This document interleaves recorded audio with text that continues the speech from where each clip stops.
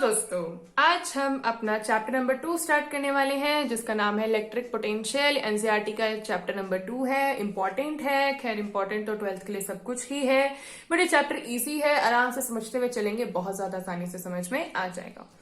सबसे पहले electric potential को समझते क्या बोल रहा है। तो इलेक्ट्रिक पोटेंशियल में पोटेंशियल का मतलब क्या होता है? पावर। पावर का मतलब कितनी ज्यादा शक्ति है, तुम्हारे अंदर कितना पोटेंशियल है, तो इसको हमने बोला इलेक्ट्रिक पोटेंशियल। डिफाइन क्या कर रहे हैं, इसकी डेफिनेशन पूछी जा सकती है। तो डिफाइन क्या कर रहे हैं? The amount of work done, कितना काम आप कर रहे हो, required to bring a unit positive test charge. Test charge आपको याद होगा, टेस्ट चार्ज होता है जिसका मैग्नीट्यूड बहुत कम होता है, एकदम 0 के बराबर, from infinity to a point with in electric field of source charge. Source charge भी आपको याद होगा, सोर्स चार्ज क्या होता है? जिसका मैग्नीट्यूड बहुत ज्यादा होता है। तो हमने कितना काम किया एक टेस्ट चार्ज को इन्फिनिटी से सोर्स चार्ज की इलेक्ट्रिक फील्ड के अंदर लाने के लिए, उसको हम बोलते हैं इलेक्ट्रिक पोटेंशियल। अगर आपको याद होगा, work done is equal to potential energy. जितना भी वर्क डन आप किसी बॉडी में करते हो वो उसकी इलेक्ट्रिक तो नहीं, पोटेंशियल एनर्जी की तरह उसमें स्टोर हो जाती है। तो अगर आप किसी टेस्ट चार्ज को जो आपने इन्फिनिटी पे रखा है, उसको आप धीरे धीरे धीरे धीरे इस सोर्स चार्ज की इलेक्ट्रिक फील्ड के पास ला रहे हो, जहां पे हो सकता है इसमें अट्रैक्शन हो या हो सकता है रिपल्शन हो, इसको हम बोलते हैं इलेक्ट्रिक पोटेंशियल। इसमें इस पूरे काम, जितना काम हमने किया, जितनी एनर्जी हमने लगाई, उसको हम क्या बोलते हैं? Electric potential. इसका फॉर्मूला क्या होता है? इलेक्ट्रिक पोटेंशियल को हम रिप्रेजेंट करते हैं सिंबल V से, V equal to W upon Q naught, जिसमें W हमारा वर्क डन है, क्यू नॉट हमारा टेस्ट चार्ज है। यूनिट क्या बन जाएगी देखने में पता लग रहा है? जूल पर कूलम, या फिर इसकी एक सबसे फेमस यूनिट होती है वोल्ट, जो हमने 10th क्लास में पढ़ा है, वोल्ट पोटेंशियल डिफरेंस में, पोटेंशियल में। ठीक है, तो जब ये चीज समझ में आ गई तो इसका छोटा सा एक डेरिवेशन है, थोड़ा इंपॉर्टेंट है ये, क्योंकि ये डेरिवेशन पूछ लिया जाता है कि कैसे आएगा, और ये डेरिवेशन अगर समझ गए तो दूसरा डेरिवेशन भी हाथों हाथ हो जाएगा। देखो जरा ये डेरिवेशन क्या कह रहा है। Electric potential due to a point charge, एक पॉइंट चार्ज की वजह से कितना इलेक्ट्रिक पोटेंशियल वो लगाता है। तो समझते हैं पहले इस फिगर को अच्छे से। मैंने बोला मेरे पास एक पॉइंट चार्ज है प्लस क्यू, इसको सोर्स चार्ज भी बोल सकते हो, जो कि पॉइंट ओ पे रखा हुआ है। मेरे पास एक चार्ज है क्यू नॉट, जो कि अभी कहां पर है? जो कि अभी इनफाइनाइट डिस्टेंस पे है ओ से। मैं इस पॉइंट चार्ज को, जो क्यू नॉट है, जिसको हम टेस्ट चार्ज बोलते हैं, इसको मैं ट्रैवल कराते हुए लेके आई पॉइंट ए पे, जो कि अब एक फाइनाइट डिस्टेंस पे है। ये तो अभी तक इनफाइनाइट था, लेकिन अभी क्या हो चुका है? फाइनाइट। और इस फाइनाइट डिस्टेंस में हमने क्या देखा? एक्स। ओके, फिर अब मैं इस पॉइंट यहाँ पे क्यू नॉट को लेके आ चुकी हूँ। मान लो अगर ये पॉजिटिव है दोनों, तो पॉजिटिव पॉजिटिव होंगे तो क्या करेंगे? रेपल करेंगे। चलो ठीक है, रेपल करेंगे तो इलेक्ट्रिक फील्ड किधर निकलेगी? दोनों की वजह से बाहर निकलेगी। तो जब मैंने इस ए पॉइंट पे इस अपने क्यू नॉट चार्ज को ला चुकी हूं, अब मैं इस यहां से इस चार्ज को धीरे धीरे स्मॉल डिस्टेंस dx के जरिए पॉइंट पी तक लाना चाहती हूं, जहां पे इस सोर्स चार्ज की इलेक्ट्रिक फील्ड बन रही है। क्योंकि इलेक्ट्रिक पोटेंशियल तो यही है, यही तो डिफाइन करते हैं हम यूनिट पॉजिटिव चार्ज को इन्फिनिटी से इलेक्ट्रिक फील्ड के अंदर लाना चाहते हैं। तो हम तो अभी तक तो क्यू नॉट को इन्फिनिटी से उठा के यहां तक लाए, अब इसको यहां से स्मॉल डिस्टेंस dx के जरिए यहां तक लेके आएंगे, ताकि यहां पर फोर्सेज ऑफ अट्रैक्शन या रिपल्शन देखने को मिले। तो अगर मैं फोर्स निकालना चाहूं, अभी सिर्फ जहां पर ये ए पॉइंट पे, अभी हम पी पे नहीं लाए हैं, ए पे ही छोड़ा हुआ है, यहाँ पे फोर्स निकालना चाहूं तो कितना आ जाएगा? 1/4 pi epsilon not Q into q naught upon x square. ठीक है, अब work done in moving Q not, अब क्योंकि कुछ ना कुछ तो काम कर रहे हो ना आप यहां से यहां तक लाए, वहां पे भी आपने काम किया। अब ए से बी तक आप स्मॉल डिस्टेंसेस पे लेके जा रहे हो, तो कुछ ना कुछ काम हम कर रहे हैं। तो हमने बोला हमने कितना काम किया इस क्यू नॉट को ए से पॉइंट पी तक, बी तक लाने के लिए कितना काम किया हमने? फोर्स। वर्क डन का फॉर्मूला क्या होता है? Force into displacement. तो फोर्स इंटू डिस्प्लेसमेंट, डिस्प्लेसमेंट तो dx है, छोटे छोटे छोटे छोटे पता नहीं कितने इनफाइनाइट dx होंगे। फोर्स कितना है जो हमने अभी निकाला? 1/4 pi epsilon not Q into q naught upon x square. अब देखो कॉस जो मैंने थीटा लिया वो 180 लिया, आपको याद होगा 11th क्लास में आपने वर्क डन का फॉर्मूला पढ़ा है एफ एस कॉस थीटा, क्योंकि ये एक स्केलर प्रोडक्ट होता है। हम इसमें क्या लिखते हैं? वर्क डन इक्वल टू का फॉर्मूला क्या होता है? एफ डॉट एस, जिसको हम खोलते हैं तो क्या बनता है? एफ एस कॉस थीटा, जिसमें थीटा क्या होता है? It is the angle between the force and the displacement caused in the body. ये क्या होता है? Angle between the force and the displacement. अगर मैंने बोला दोनों पॉजिटिव हैं, तो पॉजिटिव होने की वजह से दोनों एक दूसरे को रेपल करेंगे, तो मतलब ये वाला सोर्स चार्ज इसको धक्का मारेगा दूर की तरफ। तो फोर्स तो इस डायरेक्शन में लग रहा है, फोर्स इस डायरेक्शन में लग रहा है, लेकिन हम डिस्प्लेसमेंट बॉडी का इस डायरेक्शन में कर रहे हैं, तो दोनों क्या हो गए? अपोजिट। और जब अपोजिट होते हैं तब थीटा क्या होता है? 180 डिग्री। तब थीटा क्या होता है? 180 डिग्री। तो क्या हो जाएगा 180 cos 180 की वैल्यू -1, तो आ जाएगा माइनस एफ टी एक्स। अब यहां से टी डब्ल्यू का फॉर्मूला क्या बन गया, -1/4πε0 q into q naught upon x square into d x. जब वर्कडन का ये वर्कडन हमारे पास आ गया, अब हम इसको क्या करने वाले हैं, इंटीग्रेट करने वाले हैं। इंटीग्रेट क्यों करते हैं, तभी आपने 12th क्लास में आप आ चुके हैं, अब आप इस चैप्टर में पढ़ोगे इंटीग्रेशन के बारे में। इंटीग्रेशन का मेन मतलब होता है एडिशन। जब आप छोटी छोटी बहुत सारी चीजों को ऐड करते हो तो आप उसको कहते हो इंटीग्रेट करना, ठीक है। तो इंटीग्रेशन हम बहुत ज्यादा अभी पढ़ने वाले हैं 12th क्लास में, बहुत ही ज्यादा इंपॉर्टेंट चैप्टर होगा, बोर्ड्स के लिए तो बहुत ज्यादा इंपॉर्टेंट है। आगे हायर क्लासेस में भी आप इंटीग्रेशन का बहुत ज्यादा यूज करते हैं और फिजिक्स में तो बहुत ज्यादा यूज होता है। तो अब हम इंटीग्रेट करने वाले हैं वर्कडन को, और लिमिट्स क्या रखेंगे, इन्फिनिटी से आर। लिमिट आपको याद होगा, लिमिट हम क्यों रख रहे हैं, क्योंकि हम क्यू नॉट को इन्फिनिटी से लेके आ रहे हैं। कहां से लेके आ रहे हैं, उतनी दूर इन्फिनिटी से, पहले वो इन्फिनिटी पे प्रेजेंट था, उसको आर तक लेके आना है। उसकी लास्ट लिमिट क्या होगी, आर, एक्स नहीं होगी। एक्स पे तो हम सिर्फ लाए हैं ताकि उसका डिस्टेंस फाइनाइट हो जाए। हम इन्फिनिटी से उसको आर तक लेके आने की कोशिश कर रहे हैं। तो हमने रखा लिमिट इन्फिनिटी से r -1/4πε0 q into q naught upon x square into d x, ठीक है। यहां से जितनी भी कांस्टेंट टर्म्स हैं, कांस्टेंट टर्म्स को हम इंटीग्रेशन से बाहर निकाल देते हैं। यही चीज हम डिफरेंशिएशन में करते हैं, जो हमने क्लास 11th में पढ़ा था। -q into q naught upon 4πε0 limits infinity to r x की पावर -2 एक्स स्क्वायर नीचे था, ऊपर ले आए -2 क्यों लेके आए। हमारे पास एक फॉर्मूला होता है एक्स की पावर एन डी एक्स का फॉर्मूला होता है एक्स की power n+1 upon n+1, minus नहीं है ये, एक्स की पावर n+1 अपॉन n+1। अब n का काम कौन कर रहा है, n का काम कर रहा है -2, तो इसका मतलब -2+1 अपॉन -2+1 लिमिट्स यही रहेंगी। अच्छा एक चीज और, जब हम इंटीग्रेशन का फॉर्मूला लगा देते हैं तो इंटीग्रेशन का साइन dx और ये सांप जैसा जो ये दिख रहा है, ये दोनों हट जाते हैं। ये सांप और ये dx दोनों साथ में भाग जाते हैं। तो क्या बचता है यहाँ पे, x की पावर -2+1 अपॉन -2+1 इन्फिनिटी से r तक, ठीक है। -2+1 -1 आएगा और -1 आएगा, -1 से -1 ये तो कट जाएगा जो बाहर का माइनस साइन चल रहा था, और x की पावर -1 तो मतलब नीचे क्या हो जाएगा, पॉजिटिव 1/x इन्फिनिटी से r। इंटीग्रेशन में हम हमेशा अपर लिमिट रखते हैं, फिर हम लोअर लिमिट रखते हैं। तो अपर लिमिट रखेंगे 1/r x की जगह। कैसे रखते हैं लिमिट, ये सब ना मैथ्स में पढ़ोगे आप, बस इतना समझो जो वेरिएबल अंदर आया एक बार उसमें अपर लिमिट रख दो r और एक बार लोअर लिमिट रख दो इन्फिनिटी। क्या आ जाएगा 1/r -1/इन्फिनिटी, ठीक है। यहां से 1/इन्फिनिटी की वैल्यू कितनी हो जाएगी, सबको पता है 1/इन्फिनिटी तो है ही इनडिफाइंड, तो खत्म कर दिया उसको, मान लो ये गायब हो गया। क्या बच गया 1/4πε0 q into q naught upon r, ठीक है। हमने इलेक्ट्रिक पोटेंशियल का फॉर्मूला पढ़ा था वर्क डन अपॉन हमारा मैग्नीट्यूड ऑफ टेस्ट चार्ज। तो कितना आ जाएगा 1/4πε0 q into q naught upon r upon Q naught. Q naught से क्यू नॉट कैंसिल, हमारे पास पोटेंशियल का फॉर्मूला आ गया 1/4πε0 क्यू अपॉन आर।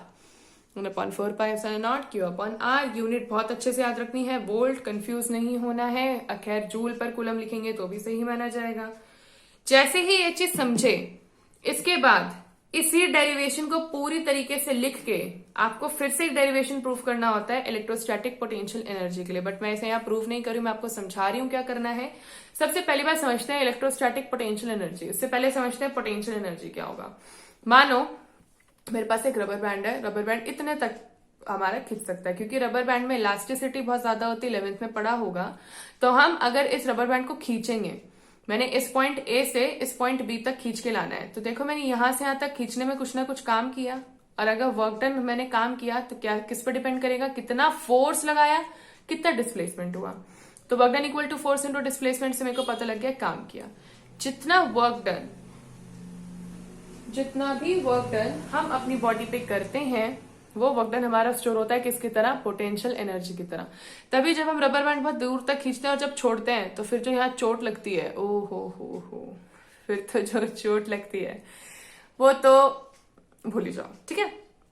तो मैं समझाना चाह रही हूँ कि इलेक्ट्रोस्टैटिक पोटेंशियल एनर्जी एग्जैक्टली क्या होगी। अब इलेक्ट्रोस्टैटिक, क्योंकि हम इलेक्ट्रिसिटी के ऊपर बात कर रहे हैं, तो सिंपल बात इतनी कि आपने किसी भी एक टेस्ट चार्ज को इन्फिनिटी से उस सोर्स चार्ज की इलेक्ट्रिक फील्ड तक लाने में जितना काम किया, वो उसमें उसकी पोटेंशियल एनर्जी की तरह स्टोर हो जाता है।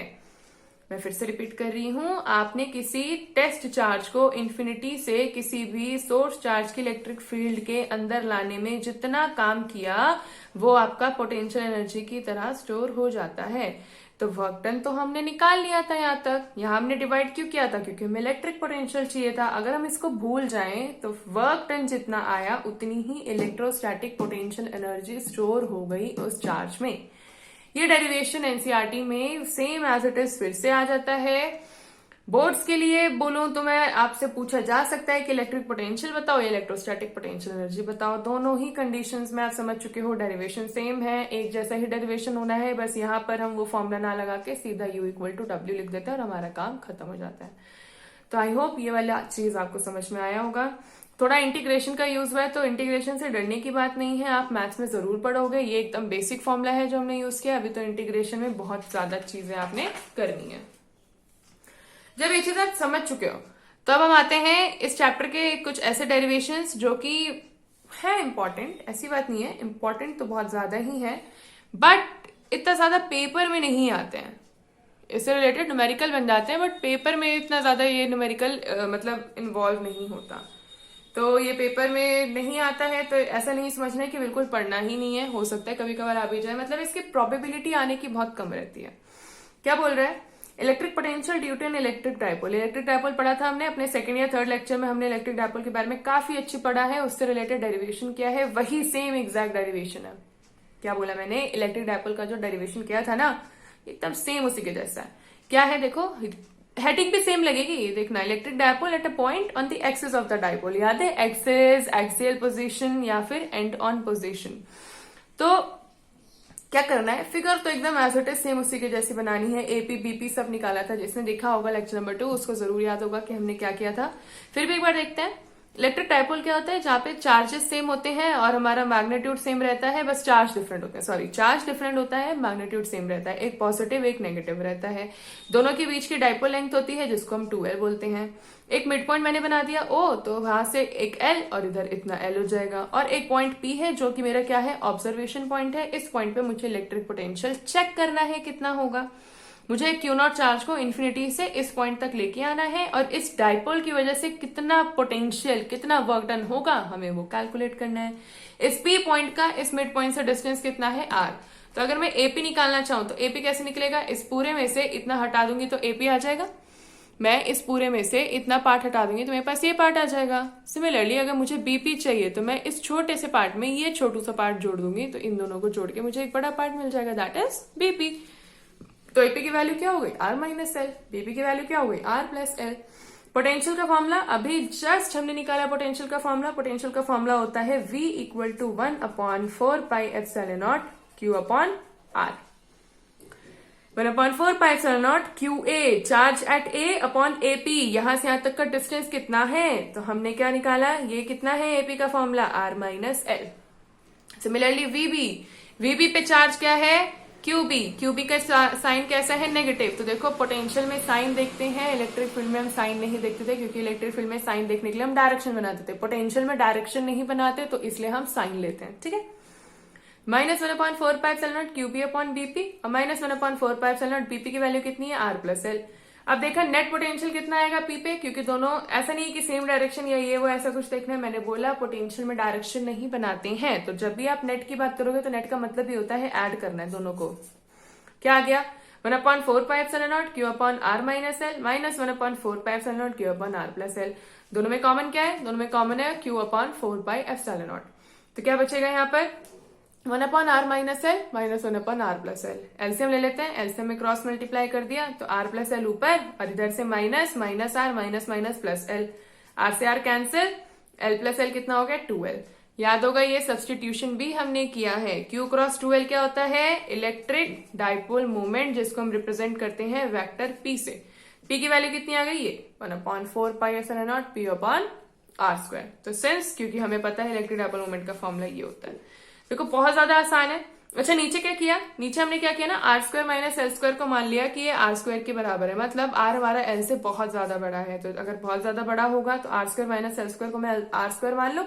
मेरे पास फॉर्मूला क्या बन गया इलेक्ट्रिक पोटेंशियल का? 1/4 pi epsilon naught P upon R square. Okay, तो अब हम पढ़ते हैं electric potential due to an electric dipole at a point on the equatorial line. एकदम एग्जैक्ट वही है जो हमने अपने सेकंड लेक्चर में देखा था, सेकंड थर्ड या फोर्थ लेक्चर में देखा था, ऐसे कुछ था सेम।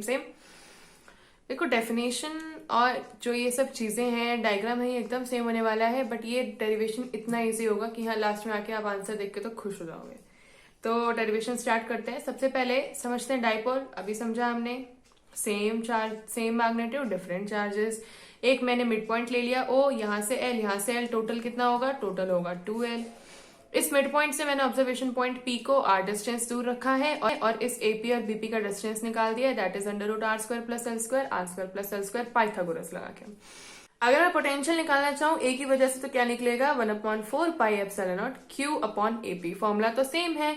अब क्या मतलब है कि ये चार्ज जो है इस पॉइंट P पे, हम अगर यहां से कोई एक चार्ज लाना चाहें Q0, उस पॉइंट को, उस Q0 को P तक लाने में कितना पोटेंशियल लगाएगा मेरा ये वाला चार्ज, ये उसके लिए निकालने के लिए 1/4 pi epsilon naught Q upon AP का फॉर्मूला क्या है? AP का डिस्टेंस क्या है? Under root R² plus L²। Similarly VB मतलब P पॉइंट पे रखे हुए चार्ज से अगर हम P पॉइंट पे किसी चार्ज को लाना चाहते हैं जो कि इन्फिनाइट दूर है, तो कितना पोटेंशियल लगाएंगे? That will be VB minus 1/4 pi epsilon naught Q upon BP। BP की वैल्यू कितनी हो जाएगी? Under root R² plus L²। तो नेट इलेक्ट्रिक पोटेंशियल कैसे निकालेंगे? नेट इलेक्ट्रिक पोटेंशियल निकालेंगे, वही बात है, नेट का मतलब क्या होता है? टोटल, क्योंकि इसमें ऐसा हम डायरेक्शन देखते नहीं है। क्यों? हम इसमें मैग्नीट्यूड के साथ साइन ले लेते हैं, तो डायरेक्शन देखने की जरूरत नहीं पड़ती। तो VA प्लस VB आ जाएगा। कितना आ जाएगा? 1/4 pi epsilon naught Q upon R² plus L² की पावर 1/2। अब प्लस माइनस माइनस क्यों? क्योंकि एक चार्ज क्या है? नेगेटिव। तो आंसर क्या बन गया? 0। बस देखो भाई, आंसर तो बन गया 0, कहानी ही खत्म हो गई। जब ये सारा डेरिवेशन ही खत्म हो गया तो फिर आपको लगेगा यार ये डेरिवेशन पढ़ाई क्यों 0 आ रहा है आंसर। तो ये डेरिवेशन इसलिए पढ़ा है क्योंकि आपको न्यूमेरिकली इसकी यूज ज्यादा होगी। अगर मैं बोर्ड के हिसाब से बोलूंगी, एग्जाम्स के हिसाब से बोलूंगी, तो इस डेरिवेशन के आने की कोई प्रोबेबिलिटी नहीं होती है, बट फिर भी हम इसको पढ़ते हैं क्योंकि न्यूमेरिकली इंपॉर्टेंट है। तो आज के लेक्चर का ये एंड था दोस्तों। अगर आपको अच्छी लगी हो ये वीडियो तो आप इसे लाइक जरूर करें, अपने दोस्तों के साथ शेयर करें और इस चैनल को सब्सक्राइब करें ताकि आपको आगे आने वाली वीडियोस का नोटिफिकेशन मिलता रहे। Thank you for watching.